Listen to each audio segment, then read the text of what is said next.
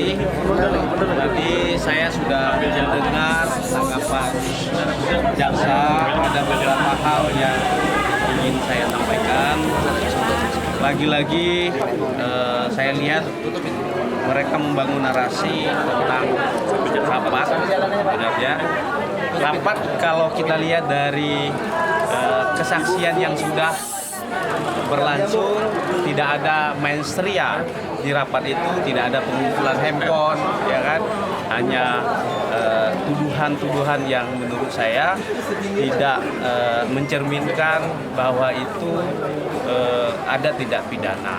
Karena memang saya sebagai Gubernur Riau ketika itu ya ingin menggelar rapat dalam rangka merealisasikan 100 hari janji-janji kampanye. Ya. 100 hari janji-janji kampanye itu tentu harus dikebut kegiatan-kegiatan terutama yang berkaitan dengan masyarakat, terutama tentang perbaikan jalan yang setiap hari memang diperlukan oleh masyarakat. Sehingga saya menggelar rapat itu dalam rangka itu, ya, dalam rangka itu saja. Yang kedua, saya melihat ada narasi yang dibangun oleh jaksa tadi bahwa tentang CCTV. Sebenarnya begitu saya masuk dalam kediaman itu memang CCTV-nya nggak berfungsi, jadi tidak ada perbaikan sama sekali. Nah, sehingga dituduhkan itu menghilangkan, nggak ada yang dihilangkan. Jadi sehingga menurut saya ini perlu ya. Yang seterusnya soal uang ya, saya jangan dulu mas,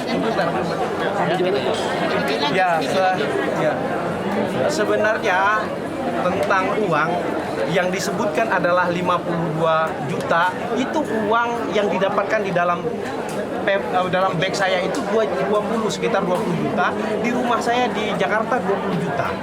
Nah, itulah yang dituduh bahwa itu adalah uang operasional saya. Saya sebagai gubernur dikasih oleh pemerintah uang operasional. Sehingga itulah uang yang digunakan. Soal uang asing yang dibilang tadi itu adalah saya sebagai anggota DPR RI ketika itu melakukan perjalanan ke luar negeri, saya kumpulkan ada tersisa, itulah uangnya. Ya.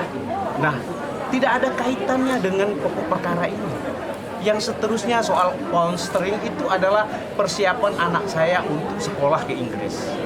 Ya, jadi nggak ada, itu semua menurut saya ya membangun narasi-narasi yang seolah-olah ya saya ini bersalah. Yang seterusnya soal alat komunikasi, saya tidak pernah membuang alat komunikasi. Silakan cek alat komunikasinya. Ya, saya tidak pernah saya serahkan alat komunikasi saya. Ada 11 handphone yang disita oleh penyidik. Saya suruh lihat sedetil-detilnya ada tidak ya alat komunikasi elektronik yang dipergunakan saya dalam rangka tindak pidana. Silakan, saya welcome, terbuka, sehingga mudah-mudahan ini bisa mencerahkan. Dan saya mohon kepada masyarakat Riau dan seluruh masyarakat Indonesia untuk menikmati sidang ini secara detail. Bagaimana prosesnya, apa yang terjadi. Saya ingin bahwa ini dibuka seluas-luasnya sehingga ada bukti material yang bisa dijadikan pedoman.